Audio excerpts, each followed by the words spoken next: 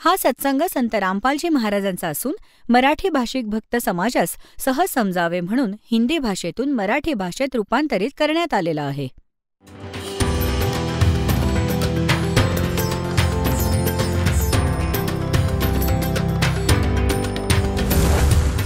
और ज्ञान सब ज्ञान डी कबीर ज्ञान सो ज्ञान और जैसे घोड़ा तोब कायम करता चले मैदान.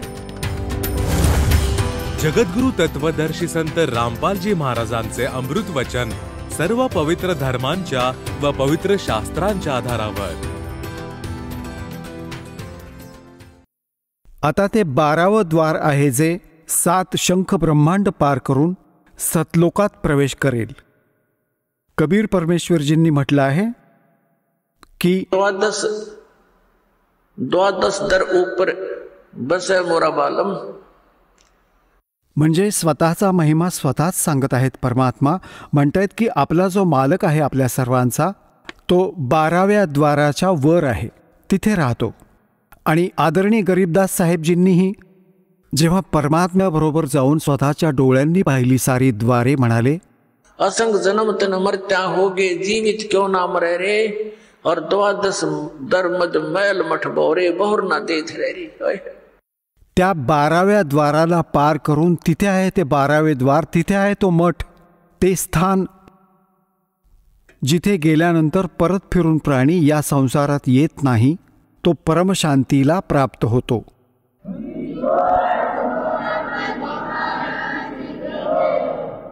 जेव्हा 12व्या द्वाराला पार करून सचखंड सतलोकात प्रवेश केला,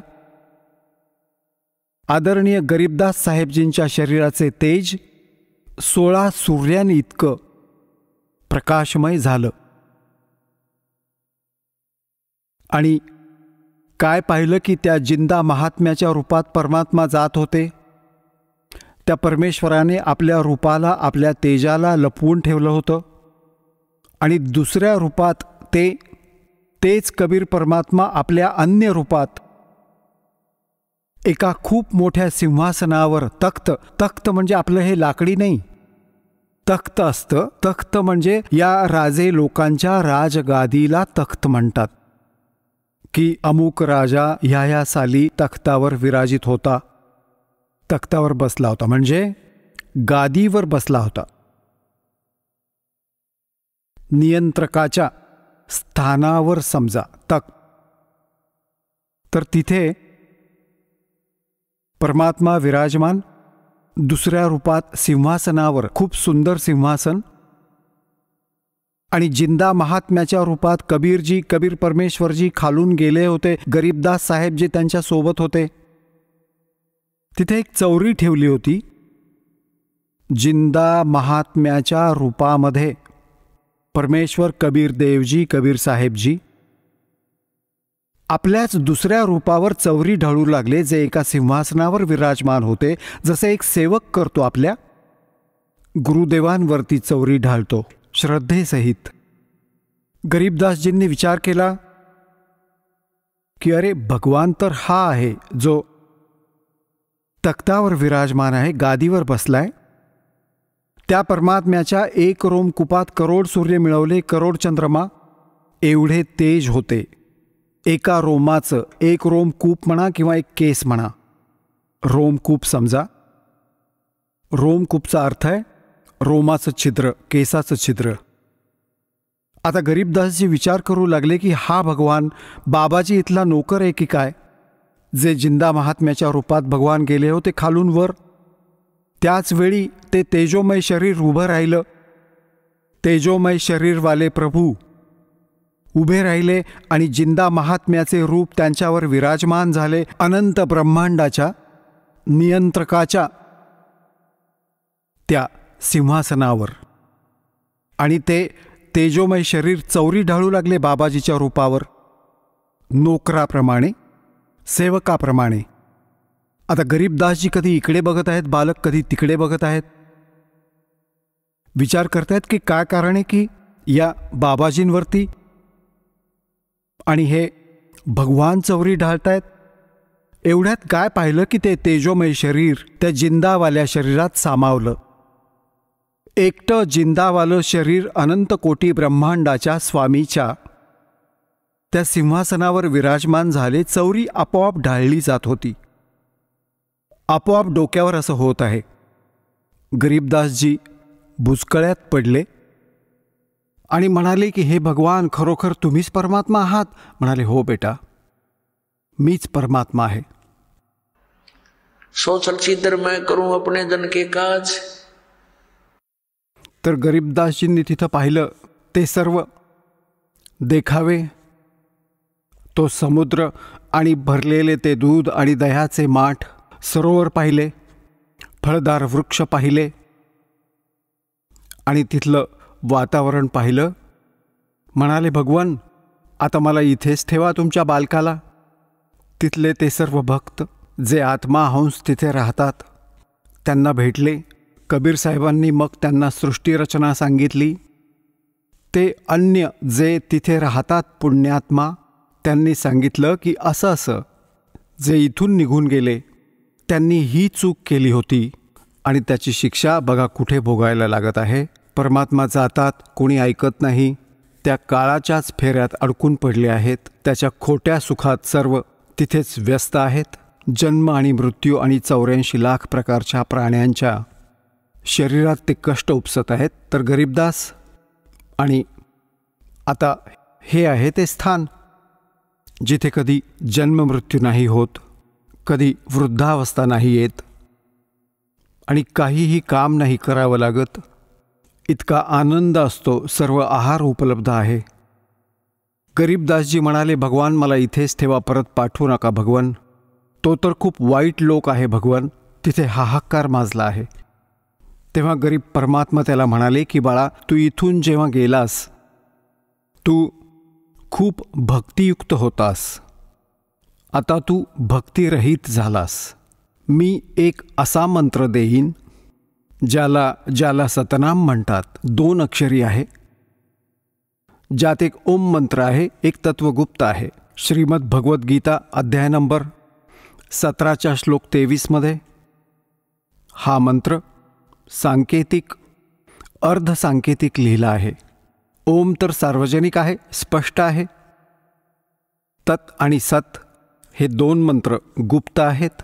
हे केवळ कबीर परमात्मा यांनी आपल्या प्रिय आत्म्यांना दिले होते, ज्यांना मोक्ष मिळाला. मग त्यांना सक्त ताकीद दिली होती की आता या सतनामाला उघड करू नका, नाहीतर येणाऱ्या आगामी काळात या काळाचे दूत डाव खेळतील आणि माझी मुलं भिन्नता ओळखू शकणार नाहीत. कारण की हा मंत्र देणारा पृथ्वीवर एकच असू शकतो, दुसरा नाही असू शकत. एकतर परमात्मा आले होते, त्यावेळी ते एकटेच होते. ना कुठलं असं साधन होतं, ना कुठला मीडिया, ना कुठला कन्व्हेन्स होता. आणि तरीही परमात्म्याने 64 लाख शिष्यांना स्वतःच नाम दिलं, दीक्षा दिली होती, इतरांना नव्हती दिली. भले हा मंत्र नव्हता दिला, हे 5 मंत्र जे आपल्याला 7 मंत्र तयार करून दिले जातात, तर त्यात केवळ हे 5च मंत्र द्यायचे दाता, कारण त्यांना माहिती होतं की हे आत्ता मला ओळखू शकणार नाहीत आणि जरी यांनी कुणाला हा मंत्र दान केला तरी तो उघड होऊन जाईल, गोष्ट बिघडून जाईल. या दृष्टिकोनातून त्या गरीबदास साहेबजींना म्हणाले की तुम्ही या नामाचा जप करा, कारण की आपण पक्के भक्त आहात, आपल्यामध्ये श्रद्धा पूर्ण असेल. आपण हे स्थान पाहिलंय आणि ते स्थान पाहिल्यानंतर आपल्याला हे स्वप्नातही आवडणं शक्यच नाही. या बोलण्याने गरीबदास साहेबजी संतुष्ट झाले की जशी आज्ञा प्रभू आपली, आणि म्हणाले की हे आता सांगू नकोस. परमात्म्याने स्वतःचं सगळं ज्ञान त्यांच्यात फीड केलं गरीबदास साहेबजींच्या आत्म्यामध्ये, जसं एका कॉम्प्युटरमधून दुसऱ्या कॉम्प्युटरमध्ये. खूप मोठे हे सत्संगाचे व्हिडिओसुद्धा कितीतरी तासांचे फॅक्स केले जातात आणि त्यातही सेव्ह होतात. असे परमात्म्याने ते ज्ञान, तत्वज्ञान जे कबीर पंथात घुसलेल्या कबीरपंथी नकली संतांनी, काळाच्या दूतांनी काहीशी खराब केली होती, सच्चिदानंद घनब्रह्मची वाणी, कबीर वाणी, आपल्या पद्धतीने हवे तसे अनर्थ केले होते, त्याच्या पूर्तीसाठी आदरणीय गरीबदास साहेबजींमध्ये ते पूर्ण ज्ञान त्यांच्यामध्ये फीड केले होते आणि मग त्याला सार्वजनिक करवलं होतं. आता पुण्यात्म्यांनो, गरीबदास साहेबजींच्या वाणीमध्ये परमात्म्याने असं मिश्रण करून टाकलं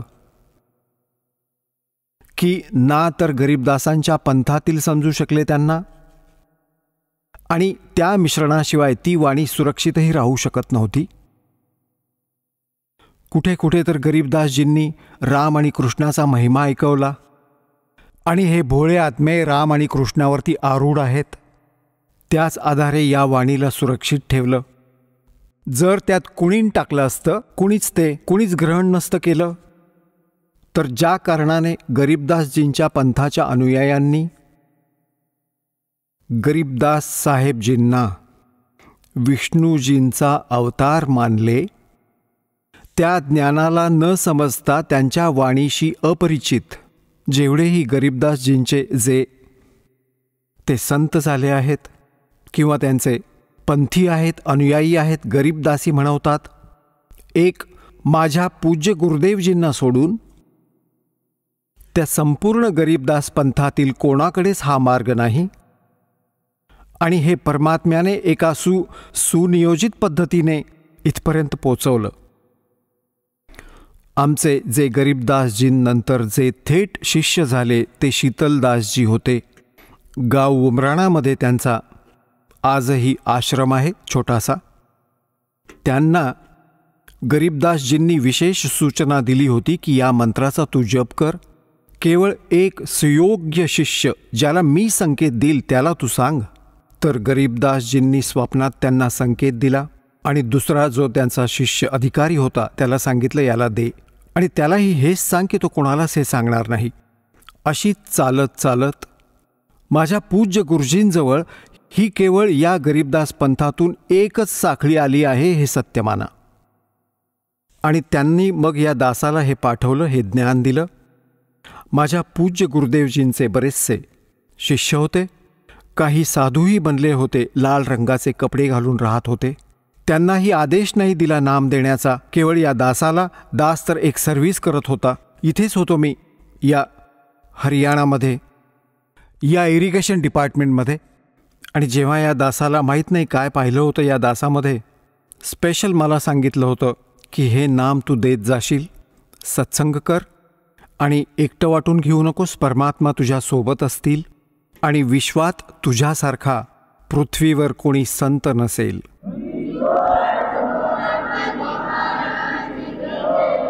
त्यावेळी माझ्या पूज्य गुरुदेवजींचं वय जवळजवळ 105 वर्षांचं होतं. आणि म्हणतात की वचन पलटे नहीं, चाहे पलट जावे ब्रह्मांड. तर पुण्यात्म्यांनो, असं या आपण अनमोल ज्ञानाला सुरक्षित ठेवलं होतं. तर गरीबदास साहेबजींना म्हटलं होतं, बेटा आपण जा आणि प्रचार करा माझ्या वाणीचा, आणि असं याला गुप्त ठेवा, आणि स्वतः जप करा या मंत्राचा, अन्य कोणाला. ते कबीर परमात्माही हेच म्हणाले होते की एक सुयोग्य शिष्य तुला संकेत देईन त्यालाच दे. तर असा संकेत होत होत हा माझ्या पूज्य गुरुदेवजींपर्यंत पोचला, मग या दासाला प्राप्त झाला. आणि सन 1997 मार्च महिन्यात फाल्गुन शुद्ध एकादशीला परमात्म्याने या दासाला काही वेळासाठी दर्शन दिलं आणि म्हणाले की आता या सतनाम आणि सारनामाला करून टाक सार्वजनिक, वेळ आली आहे बेटा. पुण्यात्म्यांनो,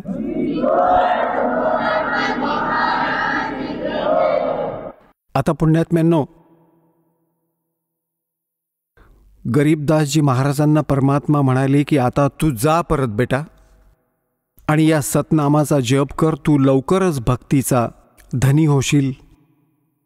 तुझी जी काही हानी झाली आहे ती यामुळे अक्षरशः भरून निघेल. मग त्याचा महिमा सांगितलाय परमात्म्याने. जे गरीबदासजींनी परमात्म्याकडून ऐकलेलं ज्ञान आहे ते कसं सांगितलंय की सतनाम पालड़े रंग होरी हो, 14 लोक चढ़ावे राम रंग होरी हो, 3 लोक पासंग धर रंग होरी हो, तो ना तुलाया राम रंग होरी हो. सतनामाच्या एका श्वासाची किंमत पुण्यात्म्यांनो केवढी आहे. एका सतनामाच्या श्वास उच्छ्वासाने एका संपूर्ण मंत्राची कमाई होते. जसा आपण एक मंत्र श्वासातून बाहेर सोडता, दुसरा आत घेता, हा एक संपूर्ण जप झाला सतनामाचा. काही भक्त असमंजसपणात असतात. हा एक मंत्र समजा की बस सुरू ज्याने केला अंत दुसऱ्यामध्ये झाला, बस हा एक मंत्र. याची काय किंमत आहे? आपण तर बालक आहात, आपल्याला माहीत नाही. हा तिथे डिपॉझिट होत असतो आपला परमात्म्याच्या सच्च्या दरबारात. की परमात्मा कबीर साहेबजींनी सांगितलं आहे, गरीबदास साहेबजींच्या माध्यमातून हे ज्ञान दिलं आहे की एका तराजूच्या एका पारड्यात तागडीच्या बॅलन्स इंग्रजीत म्हणतात या तराजूला, एका पारड्यात म्हणतात की सतनामाच्या एका स्मरणाची किंमत ठेवा, व्हॅल्यू. आणि म्हणतात की तराजूच्या दुसऱ्या पारड्यात 14 लोक ठेवा. हे 14 लोक कोणते? हा ब्रह्माजींचा लोक, विष्णूजींचा लोक, शिवजींचा लोक, स्वर्गलोक, आणि हा दुर्गाचा लोक, आणि हा ब्रह्मलोक, खालचा पाताळ लोक, आणि अन्य लोक 6 लोक वेगळे आहेत. 7 आहेत तसे, पण हा पाताळ लोक वेगळा. या 3 लोकात गणला जातो स्वर्गलोक, पृथ्वीलोक आणि हा पाताळ लोक.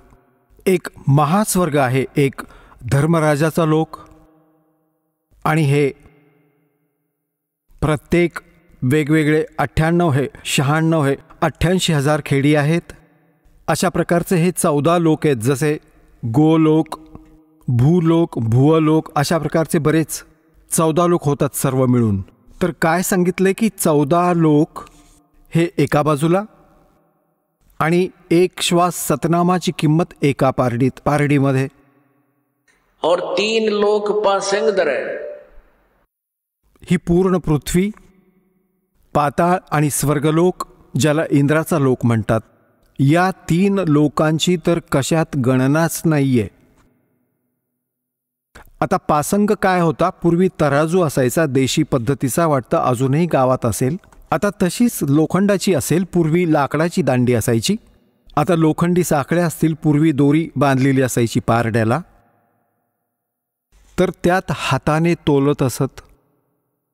एका दांड्याला एक दोरी बांधलेली असायची सेंटरला, तर दोन्ही बाजूला तराजू असायचा. तर आपल्या घरोघर हे काही कणिक घ्यायला यायचे व्यापारी लोक, गहू वगैरे तोलायचे, येऊन मोल करून घ्यायचे.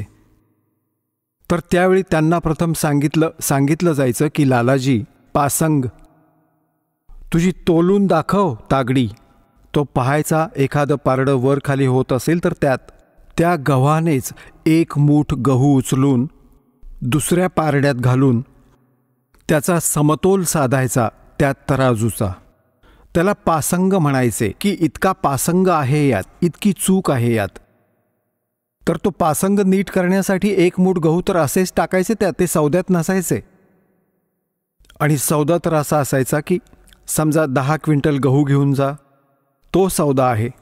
तर परमात्मा म्हणतात के सतनाम पालड़ रंग होरी हो, और 14 लोक चढ़ावे राम रंग होरी हो, ये 3 लोक पासंग धर रंग होरी हो, तो ना तुलाया राम रंग होरी हो.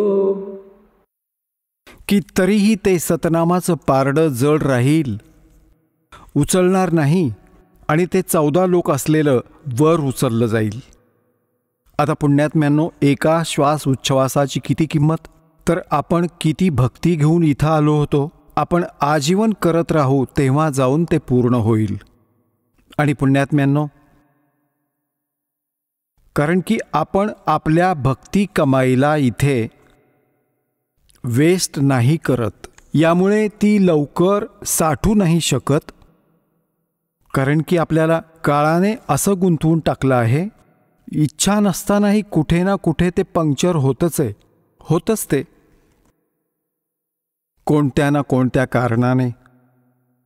कोणी मुलाला दुखावलं तर त्याला अंतरात्म्याने काळ इथे फसवूनच ठेवतो, परंतु त्यावेळी आपण हा निश्चय केला पाहिजे की मुलाला परमात्म्याशी जोडायला पाहिजे, आणि मग तो स्वतः रखवाला आहे. हा मग विश्वास ठेवायला हवा की परमात्म्याशी जोडला गेला, त्याचा साथी आहे तो, त्याचं बिघडत काहीच नाही, पण आपलं हृदय कमजोर झालेलं असतं. इतके कष्ट आपण इतके कष्ट उपसलेत युगानुयुगे. जसं म्हणतात की जसं कुत्र्याला कोणी लाठी मारतं आणि तो बिचारा इतका पीडित होऊन जातो, इतका त्रासतो, मग कुठेही बसलेला असेल आणि थोडासाही काही आवाज झाला असा लाठीसारखा, तिथेच बसल्या बसल्या ओरडायला लागतो. प्रत्यक्षात आजूबाजूला काहीच त्रास नाही आहे. तर आपण एवढे दुःखी झालेले आहोत युगानुयुगे, आपण इतके भयभीत आहोत की न जाणो काय वीज कोसळेल या बाळावर, काय होईल बाबा.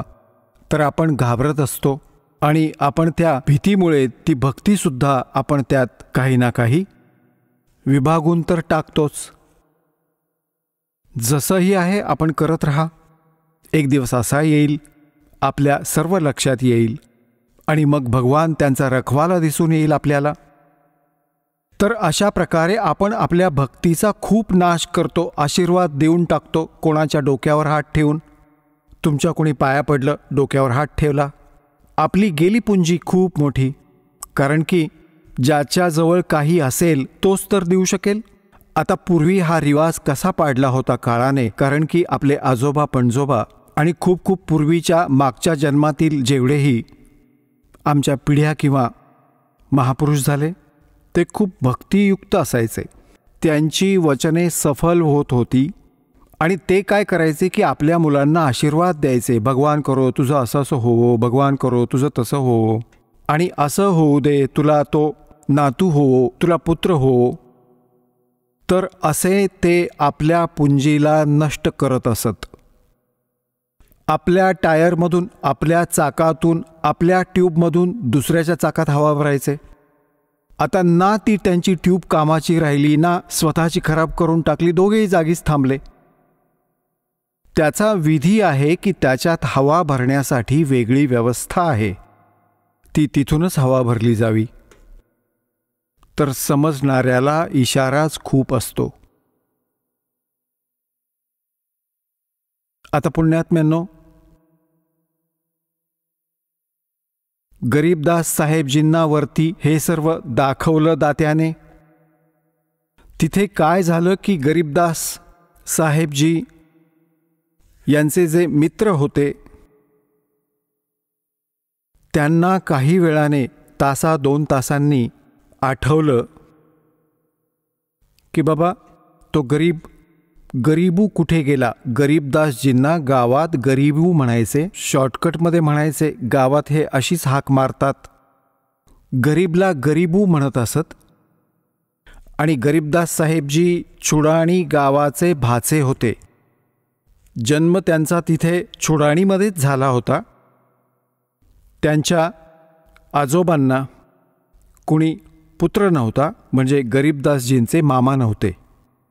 ज्या कारणाने आदरणीय गरीबदास साहेबजींच्या पूज्य पिताश्रींना तिथे घर जावई ठेवले होते. तर अशा प्रकारे थोडी पार्श्वभूमी आपल्याला सांगणं आवश्यक आहे. तर तिथेच त्यांचा जन्म झाला होता. तर गुराख्यांनी पाहिलं की अरे त्या मुलीचा मुलगा कुठे आहे, तो आपल्या गायींजवळ का उभा नाही आहे. बऱ्याच 2-3 तासांनी त्यांच्या लक्षात आलं. मालकांची कृपा होती. त्यातला एक आला आणि म्हणाला बाबाजी निघून गेले असतील. त्यांनी येऊन पाहिलं, गरीबदासजींचे शरीर असे बसले आहे. लांबून आवाज दिला, गरीबू उठ रे बाबा, तुझा टाईम, तुझी पाळी आली, गायी सांभाळायची पाळी आली तुझी, उभा राहा. आता जवळ येऊन म्हणाले, भगतजी उभे राहा, समाधी लावून बसले आहात. जवळ येऊन त्याला पकडून हलवू लागले, म्हणाले, उभा राहा बाबा. आता तो पडला असा, तो तर त्याच्यात नव्हताच आत्मा. आता एकदम ती मुले अचंबित झाली. ते मोठे मोठे गुराखी, गवळी ते आले, आरडाओरडा केला, अरे मेला मेला. जादू टोण्याचं दूध प्यायले. बाबाजींनी जंतरमंतर केलं. आणि आता तर मुलीचा मुलगा मेला. एकुलता एक मुलगा, तिला दुसरा मुलगा नव्हता. आता पुण्यात्म्यांनो, धावपळ झाली. 2-3 गुराखी पळत आले गावात. 1.5 किलोमीटर अंतरावर शेतापासून गाव होतं चुडाणी. तर तिथे समजताच साऱ्या गावामध्ये हाहाकार माजला. छोटंसं गाव होतं, 30-40 घरं होती. आणि आई वडील हे दुःख सहन नाही करू शकले, ते बेशुद्ध झाले. 12 वर्ष तिथं राहिल्यानंतर संतान प्राप्ती झाली होती आणि तोही मृत्यूला प्राप्त झाला हे ऐकून ते एकदम बेशुद्ध पडले. आता पळाले सगळे अनवाणी पायांनी. जिथं शेतात सांगितलं होतं तिथं असं झालं. सगळी कहाणी सांगितली गेली. आता तिथं जाऊन पाहिलं, मुलगा खरोखरच मरण पावला आहे. त्यांना उचललं, गावामध्ये आणलं. मग आपल्या त्या कुळातील लोक एकत्र जमले. त्यांना उचलून स्मशानभूमीत चितेवर ठेवलं. अंतिम संस्कार करण्याची तयारी केली. अग्नी लावणारच होते तेवढ्यात परमात्म्याने त्या आत्म्याला बॉडीमध्ये पाठवलं, शरीरात परत सोडलं. एकदम उभे राहिले गरीबदासजी. थरथरायला लागलं सगळं शरीर. असं हलून एकदम उभे राहिले. आणि उठून मग जी वाणी परमात्म्याने त्यांच्या हृदयात फीड केली होती त्याच ज्ञानाला बोलू लागले. अन्य कोणतीच गोष्ट बोलत नव्हते. अनंत कोट ब्रह्मांड का एक रति नहीं भारे, सतगुरु पुरुष कबीर हैं ये कुल के सिरजनहार। अजब नगर में ले गए हमको सतगुरु आने, जल के बिंब अगाध गति हम सूते चादर ताने। अजब नगर में ले गए हमको सतगुरु आन म्हणजे येऊन. अजब नगरात घेऊन गेले, सतलोकात घेऊन गेले. और जल के बिंब अगाध गति वो देखी रोशनी न्यारी, हम सुते चादर ताने। म्हणजे तिथे निश्चिंत होतो, तिथे दुःख कष्ट काही नाही राहिले. आता आम्हाला दृढ विश्वास झाला. आता ही वाणी बोलू लागले. धर्मराय दरबार में दे कबीर तलाक, मेरे भूले चूके हंस को तू पकड़िए मत कजाक। बोले पुरुष कबीर से धर्मराज कर जोड़े, तुमरे हंस न चंपूंगा मन 2 ही लाख करोड़े। कर्म ब्रह्म ब्रह्मांड के मैं पल में करहूं नेस, जिन हमारी 2 ही देई सो करो हमारे पेश। आता ही वाणी बोलू लागले. गाववाले समजू नाही शकले. त्यांनी तर असा अंदाज बांधला की हा मुलगा वेडा झाला आहे. बाबाजींनी जंतर मंतरचं दूध पाजलं. कुमारी गाईचं दूध, ते तर पापाचं होतं. तर असा विचार केला, घरच्यांनी असा विचार केला, काही हरकत नाही, मुलगा जिवंत तर झाला.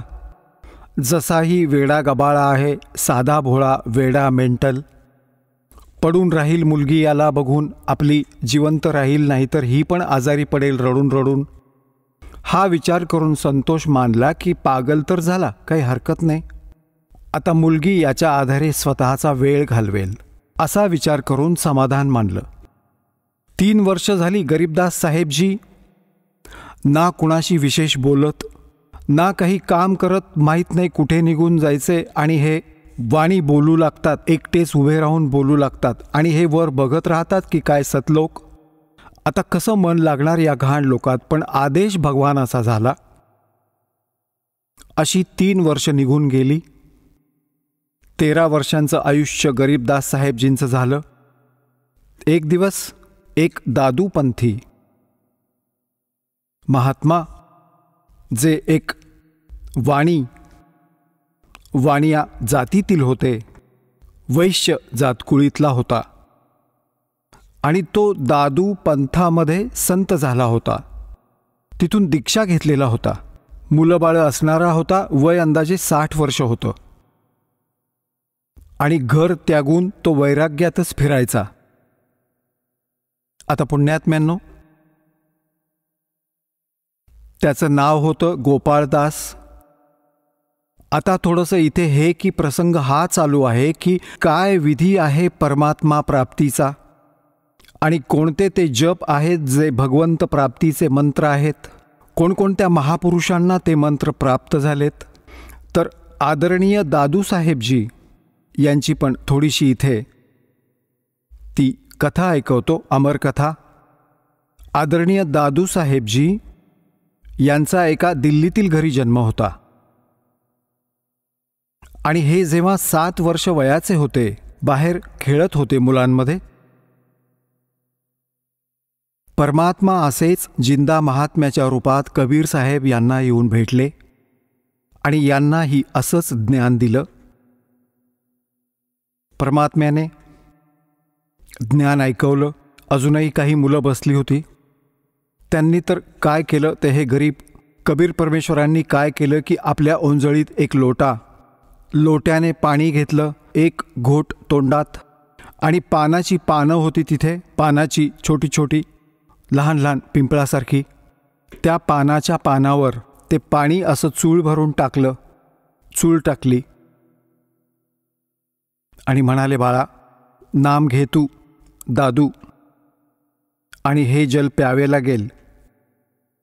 तो म्हणाला, आणा महाराज. असे करून पिऊन टाकले पडदेशी. आता म्हणतात ते मल अखाड़ा जीतेंगे ये युगन युगन के माल, लख भर सूरा जूझ ही लख भर सामत दे, लख भर यती जहान में तो सतगुरु शरणा ले, गोता मारू स्वर्ग में जा बैठो पाताल, कह कबीर ढूंढता फिरूं अपने हीरे मोती लाल. अन्य जी मुलं होती ती सगळी उठून पळाली. ह्याने तर उष्ट पाणी प्यायलं कुणाचं, याच्या जातीचा पत्ता नाही असा हा, असे ते गावात पळून आले आणि तिकडून त्या आत्म्याला घेऊन परमात्मा सचखंड सतलोकात गेले. तो मुलगा अचेतन झाला, डेड नाही झाली बॉडी, आणि आत्मा परमात्मा बरोबर घेऊन गेले ते, जसे गरीबदास साहेबजींना वर घेऊन गेले होते. हे गरीबदास साहेबजींच्या बरेच आधी झाले होते, जवळजवळ 200 वर्षांपूर्वी, शेकडो वर्षांपूर्वी, 100-1 वर्षांपूर्वी. तर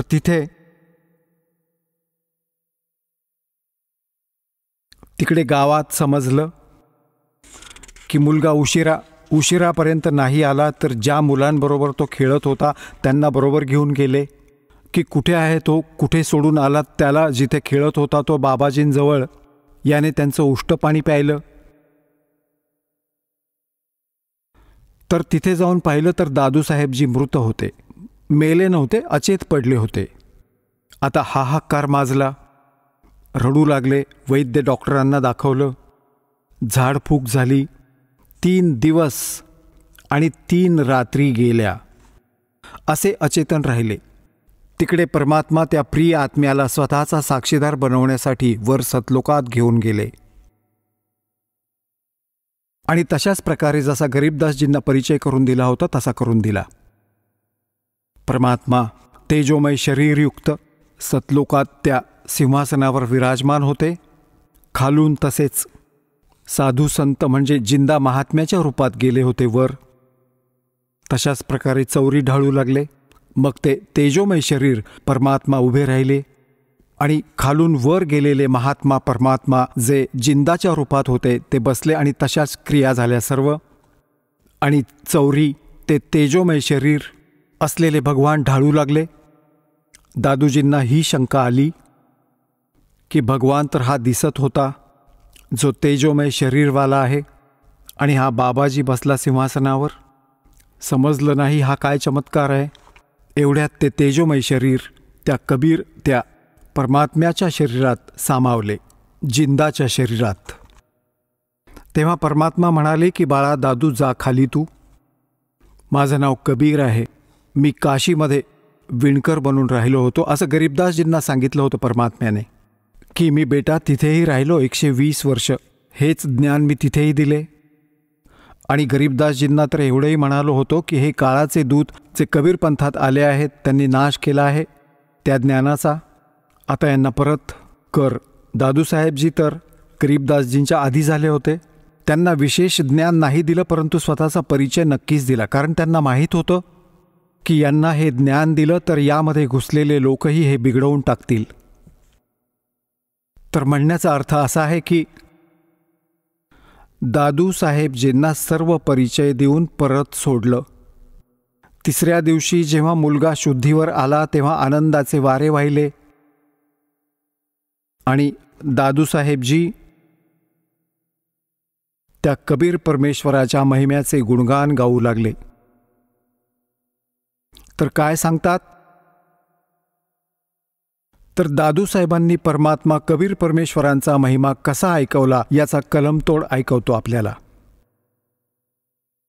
परमात्म्याने दादूसाहेबांनी सांगितलं आहे, जो जो शरण कबीरे के तिरगे अंत अपारे.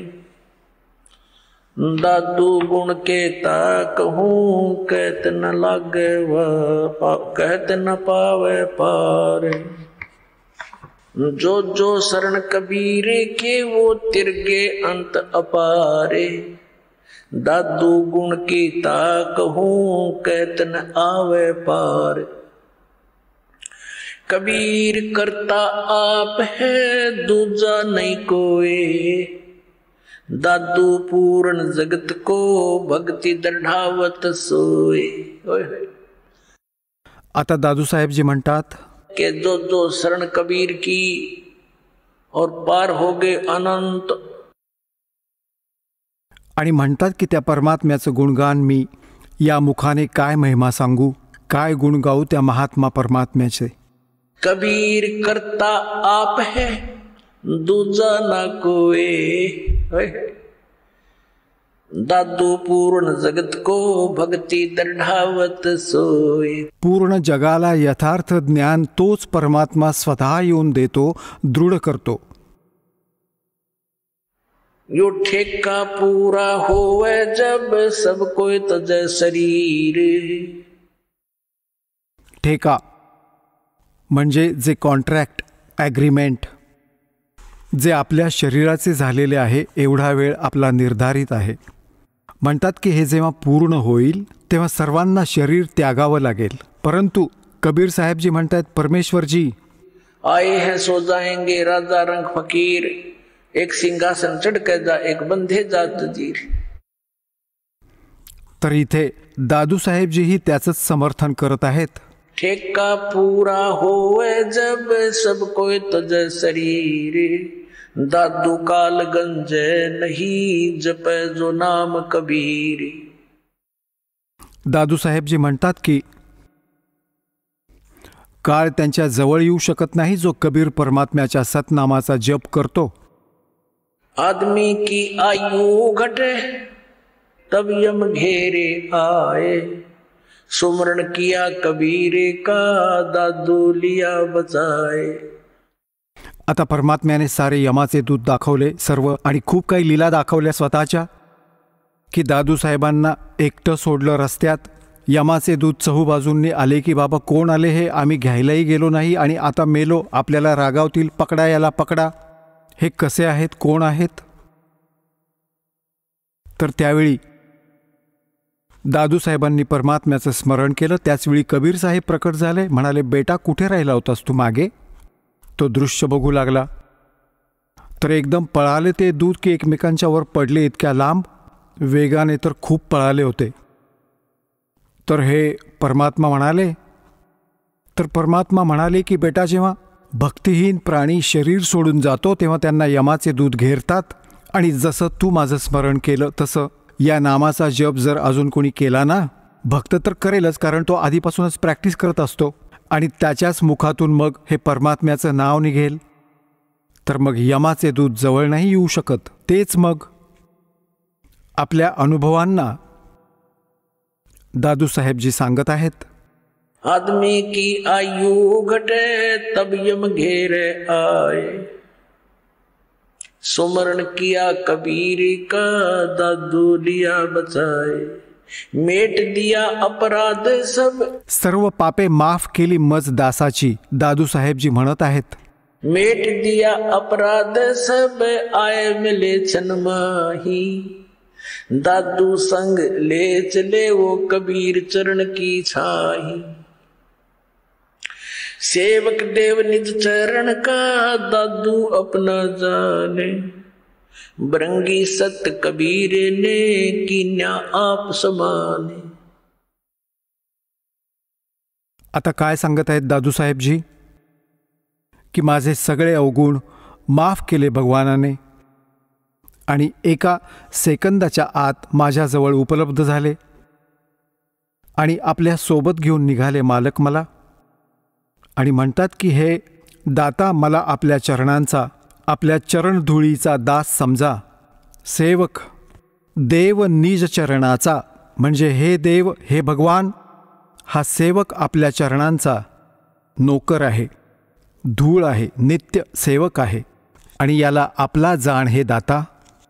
और बरंगी सत कबीर ने कर लिया आप समान. की जसा एक भुंगा कीटक असतो, गू गू करणारा भुंगा असतो, जो किडे उचलून आणतो आणि त्याला आपले स्वर ऐकून ऐकून स्वतःसारखेच आवाज काढणारा बनवून टाकतो, तसे परमात्म्याने हे ज्ञान दिले आणि परमात्म्याचे गुण गाणारा झाला तोही. तर पुण्यात्म्यांनो, हीच स्थिती आपली आणि दासाची झाली आहे. जेव्हापासून हे ज्ञान ग्रहण झालं, हे ज्ञान लक्षात आलं, तेव्हापासून आपणही भुंगा झालोय. न जाणो सर्वांनी सांगितलं आहे, कोणी कोणी सांगितलं आहे, आणि भुंग्यापेक्षा यापेक्षा अजूनही भुंगा झालो. आपणही सर्व भगवंताची मुले ज्ञानाशी परिचित झालात, तुम्हीही हे बोलू लागलात. दादू अंतर्गत सता छन छन सुमरण ध्याने, वारो नाम कबीर पर पल पल मेरे प्राण, सुन सुन साख कबीर की यू काल नवावे माथे, धन धन हो तीनों लोक में दादू जोड़े हाथे. सुन सुन साख कबीर की. कबीर साहेबांचा महिमा, साख म्हणजे महिमा. त्यांच्यासारखा तुझा महिमा तर नाही, म्हणजे तुझे गुण तर नाही आहेत, तर साख. आणि दुसरे हे साखी, म्हणजे साखीच्या माध्यमातून त्यांचे गुणगान जे ऐकले जाते. काळसुद्धा म्हणतात कोमेजून जातो, खाली मान घालतो, की तो तर समर्थ शक्ती आहे. और धन धन तीनों लोक में दादू जोड़ा थे. केरी नाम कबीर का ये विषम काल गजराजे, दादू भजन प्रताप ते ये भाग्य सुनत आवाजे. आता पुण्यात्म्यांनो, कशी तुलना केली आहे दादूसाहेबजींनी की इथे हा काळ समजा एक हत्ती आहे. हत्ती इतर प्राण्यांपेक्षा खूप तगडा आणि त्याचं खूप सुंदर एक शरीर. हा तर समजा काळ, कारण की श्रीमद भगवद्गीता अध्याय नंबर 15 श्लोक नंबर 18 गीता ज्ञानदाता म्हणतो की मी लोकवेदामध्ये बोलल्या ऐकल्या ज्ञानाच्या आधारे मी पुरुषोत्तम प्रसिद्ध आहे. कारण की जे प्राणी माझ्या आत आहेत त्यांच्यापेक्षा मी उत्तम आहे, श्रेष्ठ आहे, उच्च आहे, तगडा आहे, जसा हत्ती इतरांपेक्षा उंच असतो. परंतु गीता ज्ञानदाता हेही स्पष्ट करतो आहे की गीता अध्याय नंबर 15 श्लोक 16 आणि 17 की क्षरपुरुष आणि अक्षरपुरुष हे दोन पुरुष आहेत, दोन प्रभू आहेत. हे दोघे नाशवंत आहेत आणि यांच्या अंतर्गत जेवढे प्राणी आहेत तेही नाशवंत. क्षरपुरुष स्वतः आहेत. गीता अध्याय नंबर 15 श्लोक नंबर 17 स्पष्ट केलं आहे की उत्तम पुरुष हा तू अन्य हा. तो गीता ज्ञानदात्यापेक्षा अन्य आहे, तो स्वतः म्हणत आहे हे. आणि त्यालाच परमात्मा म्हटलं जातं. या लोकत्रयम आविश्य विभर्ती अव्यय ईश्वरः, जो तीनही लोकात प्रवेश करून सर्वांचं पालन पोषण करतो, तो आहे अविनाशी परमात्मा. तर इथे 15व्या अध्यायाच्या 18व्या श्लोकात गीता ज्ञानदाता फक्त हे म्हणत आहे की माझ्या या 21 ब्रह्मांडात जेवढे प्राणी माझ्या अंतर्गत आहेत त्यांच्यापेक्षा मी सुप्रीम आहे बस. पण I am not Purushottam. Purushottam तर सांगितला 15व्या अध्यायाच्या 17व्या श्लोकात. तर हा म्हणत आहे की इथे माझ्या अंतर्गत जेवढे प्राणी आहेत, मग ते भले शरीरात आहेत किंवा जीवात्मा आहेत, त्यांच्याहून मी उत्तम आहे, म्हणून मी पुरुषोत्तम प्रसिद्ध आहे लोकवेदात. वास्तविक तर सांगितलं की तो कोणी वेगळाच आहे. केरी नाम कबीर का और विषम काल गजराज, दादू भजन प्रताप से ये भाग्य सुनत आवाज. काय सांगायचा प्रयत्न केलाय दादू साहेबजींनी की ज्याने काळाला तर समजा गजराज हत्तींचा राजा, म्हणजे त्यांच्यापेक्षा, म्हणजे हत्तींमध्ये सर्वात बलवान हा त्यांचा राजा असतो, हा नियम आहे. और केरी नाम कबीर का, आणि शक्तिमान वाघ समजा कबीर परमात्म्याचं हे सतनाम. और दादू भजन प्रताप से ये सुनते भाग्य आवाज गाज. जसं हत्ती कुठे जंगलात असेल आणि वाघाने डरकाळी फोडली आणि तो जवळून ऐकू येत असेल की आवाज जवळून येत आहे, हत्ती लीद टाकतो आणि पळून जातो, सोडून त्या स्थानाला दूर पळून जायचा प्रयत्न करतो. तर काय सांगतायत, काय सांगू इच्छित आहेत दादू साहेबजींनी की हा काळ देखील कुणी लहान सहान प्राणी नाहीये, कुणी लहान शक्ती नाहीये. 10,000 1,000 बाहूंचा मालक आहे हा, 1,000 बाहूंचा, 1,000 कलांचा. आणि ब्रह्मा विष्णू महेश जी याचे पुत्र आहेत ते केवळ 16 कलांचे आणि 4 बाहूंचे आहेत. परंतु त्या परमात्म्यासमोर जो असंख्य बाहूंचा, असंख्य कलांचा, असंख्य शक्तीचा मालक आहे, त्याच्या समोर हा असा पळतो जसा वाघाची डरकाळी ऐकून हत्ती लीद करून पळतो. केरी नाम कबीर का विखम काल गजराज, दादू भजन प्रताप ते भाग्य सुनत आवाज. पल एक नाम कबीर का दादू मन चितलाए, हाथी के असवार को स्वान काल नहीं खावे. आता बघा कशी उपमा दिली आहे मालकांच्या शरणी आलेल्या प्राण्याला की जसा हत्ती. आता हत्तीचीच दुसरी उपमात्मक पद्धतीने कसं सांगितलं आहे की जो कबीर परमेश्वरजींच्या शरणी आला तो तर समजा या काळाच्या रेंजपासून, रीचपासून, पोचण्यापासून एवढा दूर गेला जसं कुणी हत्तीवर बसला असेल आणि त्यांना कुत्रे हानी नाही पोचवू शकत. हाथी के असवार को स्वान काल नहीं खावे. हत्तीवर जो बसला आहे तो तर समजा भक्त परमात्म्याचा आणि काळ समजा कुत्रा. आता हत्तीवर बसलेल्या व्यक्तीला कुत्रा काही हानी नाही पोचवू शकत. तर हा काळ तर इतका, काळाच्या रेंजपासून, काळाच्या पोहोचण्यापासून आपण एवढे पार झालात, जाणून बुजून जर हत्तीवरून खाली पडलात तर मग कुत्रा पोटरी धरेल तुमची. आणि जर त्याच्यावरून खाली नाही उतरलात तर कुत्रा काही नाही करू शकत. तर परमात्म्याच्या मर्यादेपासून दूर होताच तो तर तयारच बसलाय, तो भुंकतच आहे, कधी फाडून खातोय याला. तर हे उदाहरण देऊ इच्छित आहेत दादू साहेबजी. पल एक नाम कबीरी का दादू मन चितलाए, हस्ती के असवार को ये स्वान काल नहीं खावे. सुमरत नाम कबीर की ये कटे काल की पीरे, दादू दिन दिन ऊंचा हो फिर परमानंद सुख सीरे. स्मरत नाम कबीराचं जे परमात्म्याने अगदी योग्य पद्धतीनं सांगितलं आहे, त्याचा जप केल्याने या काळाचा त्रास कमी होईल. हा काळ जो तुम्हाला दुःख देत आहे ते कर्मांनी, पाप कर्मांनी, ते मग नष्ट होऊन जाईल आणि हेच परमात्मा करतात. कर्म ब्रह्मांड के में पल में कर होनेस, म्हणजे क्रॉस मारू त्या सगळ्यावर. अर्जिन हमरी दो ही दिसो करो हमारे पेश. तुम्ही अकाउंट मध्ये नका घेऊ. दादू नाम कबीर की जो कोई लेवे ओटे, तिनको कभू लागे नहीं ये काल वज्र की चोटे. आता पुण्यात्म्यांनो, इतक्या सामर्थ्याच्या शरण गेलो आपण आणि हे इतके साक्षीदार भगवंताचे.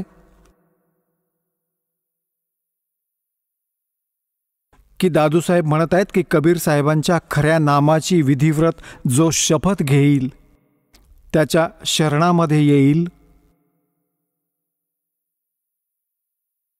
उनको कबूल लागन ये काल बजर की चोट है. हा काळ जसे तुम्ही पाहता दुर्घटनेमध्ये जोपर्यंत तुमचं नाम ठीक आहे, कनेक्शन जोडलेलं आहे, तोपर्यंत आपल्याला शरण आहे, प्रोटेक्शन आहे, परमात्म्याचं कवच आहे आपल्यावर. काळाचा कुठला अटॅक नाही लागणार, कोणत्याही कर्माचा दंड परिणाम नाही करणार. जसं तुम्ही बघता की दुर्घटनेमध्ये कुटुंबाच्या कुटुंब उद्ध्वस्त होतात. हे कधीच नाही होऊ शकत या मालकाच्या शरणी येणाऱ्यावर, परंतु राहावं लागेल मर्यादेमध्ये. आता पहा कशी तुलना करतात परमात्म्याची. दादू नाम कबीर की जय कोई लेवे ओठे, तिनको कबूल लागन नहीं ये काल बजर की चोट.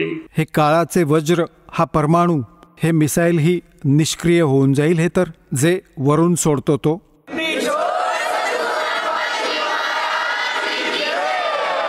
चला आता आपण त्या श्रद्धाळूंचे अनुभव जाणून घेऊया ज्यांनी जगद्गुरू तत्वदर्शी संत रामपालजी महाराज यांच्याकडून दीक्षा प्राप्त केलेली आहे, तसेच त्यांच्याद्वारे सांगितलेल्या भक्ती मार्गावर चालत आहेत. नमस्कार. नमस्कार.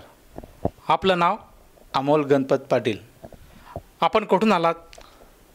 मुक्काम पोस्ट सोंदाणी, तालुका जिल्हा धुळे. आपला व्यवसाय काय आहे? शेती व्यवसाय. संत रामपालजी महाराजांची गुरुदीक्षा आपण कधी घेतली? 23/11/2023 घेतली. संत रामपालजी महाराजांची गुरुदीक्षा घेण्या अगोदर आपण व आपला परिवार कोणती भक्ती साधना करत होतात? बालाजी जाणे, गणपती बसवणे, दुर्गाजीची पूजा करणे, सप्तशृंगी गडावर जाणे, ही भक्ती साधना करायचो. संत रामपालजी महाराजांचं ज्ञान आपल्याला कसं कळालं? संत रामपालजी महाराजांचं ज्ञान माझ्या गावाहून 1 किलोमीटर अंतरावर भगतजी होते, त्यांनी मला अशी चर्चा झाली आमची धुळ्यात. ते मार्केटमध्ये आले, बोलले की संत रामपालजी गुरु करा, यांचं ज्ञान ऐका, तुम्ही ज्ञानगंगा पुस्तक वाचा, सत्संग ऐका, असं सांगितलं. मग माझी भगमती जी माहेरी गेली होती, तिथं तिला फोन केला मी की तर तू ज्ञानगंगा पुस्तक पाहिलं आहे का कुठं? म्हणे आमच्याजवळ आहे इथं माहेरी. म्हणे तुम्ही कसं काय सांगता म्हणे ज्ञानगंगा पुस्तकाविषयी? म्हटलं तू इथं घेऊन ये, जेव्हा येशील तेव्हा. मग मी बोललो की तू घेऊन येते पुस्तक. मग ते पुस्तक आणलं, मी वाचलं 4-5 पानं, आणि माझ्यावर 326 गुन्हा दाखल झाला होता. माझ्याकडनं झगडा झाला होता. तेव्हा संत रामपालजी गुरूंविषयी मला समजलं हे ज्ञान काय बुवा असं. तर तेव्हा मग 326 मला लागले. तेव्हा वकिलांनी सांगितलं की तुला बाहेर जावं लागेल म्हणे 8-10 दिवशी. जेव्हा मी ते ज्ञानगंगा पुस्तक घेतलं, मग वाचलं परत, शेवटी त्या ज्ञानगंगा पुस्तकमध्ये नंबर दिले होते. भक्तांनी मला सांगितलं की कुछ भी प्रॉब्लेम रहने दो बोले, आप नाम ले लो बोले. मी काही क्षणामध्ये गेलो, तिथून घरी गेलो, बाईला सांगितलं की मला गुरु करायचं आहे. म्हणे आपण तर निर्मला देवीला गुरु केलं आहे. तर म्हणे तुम्ही असं काय करता म्हणे, परत परत गुरु बदलवता बुवा. मग ती बोलले भगमती, मग म्हणे तुम्ही गुरु करताय, मग मी पण करते. मग आम्ही नामदान सेंटरवर गेलो, नामदीक्षा घेतली. संत रामपालजी महाराजांची नामदीक्षा घेतल्यानंतर आपल्याला व आपल्या परिवाराला काय काय अनुभव आलेत? मला जेव्हा नामदीक्षा घेतली तेव्हा माझी भगमती म्हणायची मला पण घ्यायची. मी तिला सांगायचो नको, तू नको घेऊ, मग मला घ्यायची. मग घेतली दोघांनी. जेव्हा मला वकिलांनी मला म्हणजे माझ्यावर 326 लागली होती, तेव्हा मला अशी प्रेरणा झाली जेव्हा नामदीक्षा घेतली तेव्हा की मला जमा व्हायचं आहे बुवा. पण मी जेव्हा जमा झालो तेव्हा मी 2 दिवस मला पोलिसांनी पेशी दिली, 2 दिवस. नंतर मोठ्या जेलमध्ये टाकलं.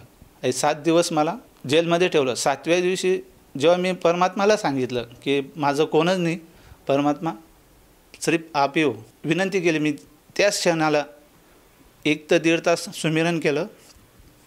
सुमिरन करत असताना मला झोप लागली. मग झोपून गेलो.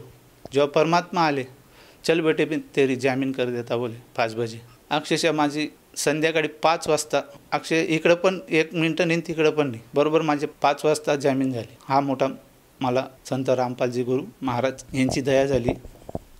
आणि सर्वात मोठा लाभ मला 3 दिवस मालिकांनी असं, जसं लहान बाळ आई जशी गोदमध्ये घेते तसं मला 3 दिवस मला अक्षरशः झोपवलं आहे.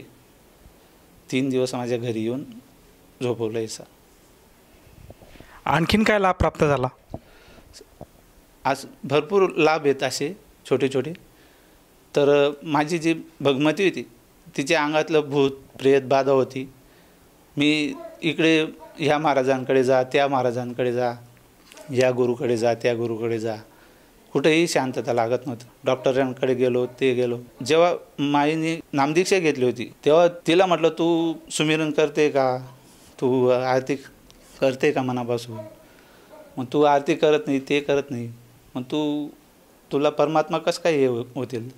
मग ती सुमिरन करायला लागली, आरती करायला लागली, सत्संग वगैरे पाहायला लागली.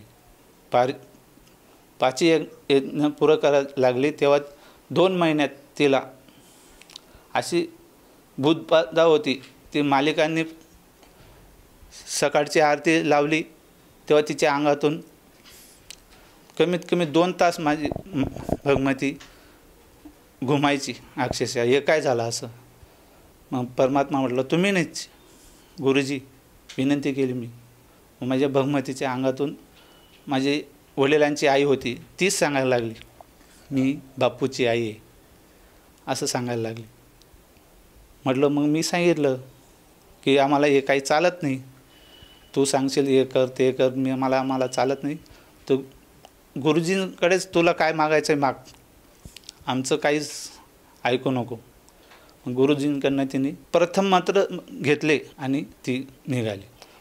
माझं दारूचं व्यसन सुटलं, मांस मच्छी खायचो, हे सर्वात मोठा लाभ झाला मला. साधकांना आपण आपल्या अनुभवातून काय संदेश द्याल? मी संदेश तर देऊ नाही शकत, तर मी एक विनंती करतो आहे, जे बी सत्संग वगैरे जे पाहत आहे, ज्ञानगंगा पुस्तक वाचतील, त्यांनी लवकरात लवकर जेवढे संत रामपालजी गुरु करून घ्या आणि आपल्या जीवनाचं कल्याण करून घ्या. संत रामपालजी महाराजांची नामदीक्षा कशी घेऊ शकतात? संत रामपालजी महाराजांची गुरुदीक्षा जेव्हा ते सत्संग वगैरे चालतात, टी व्ही चॅनलवर जे नंबर येतात खाली, त्यांना फोन करा आणि जवळच्या नामदान सेंटरवर जाऊन आपण नामदीक्षा घेऊ शकता आणि आपले जीवनाचं कल्याण करून घ्या. या नामदीक्षेसाठी किती पैसे लागतात? या नामदीक्षेसाठी 1ही रुपया लागत नाही.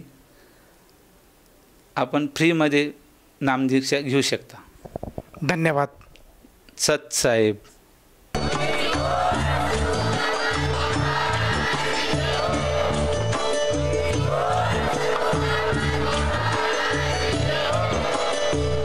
आपण ऐकत होता जगद्गुरु तत्वदर्शी संत रामपालजी महाराज यांचे मंगल प्रवचन, ज्यांच्या शुभ आशीर्वादाने संपूर्ण विश्वामध्ये 500 पेक्षा जास्त नामदीक्षा केंद्र आहेत, जिथे निशुल्क नामदीक्षा दिली जाते.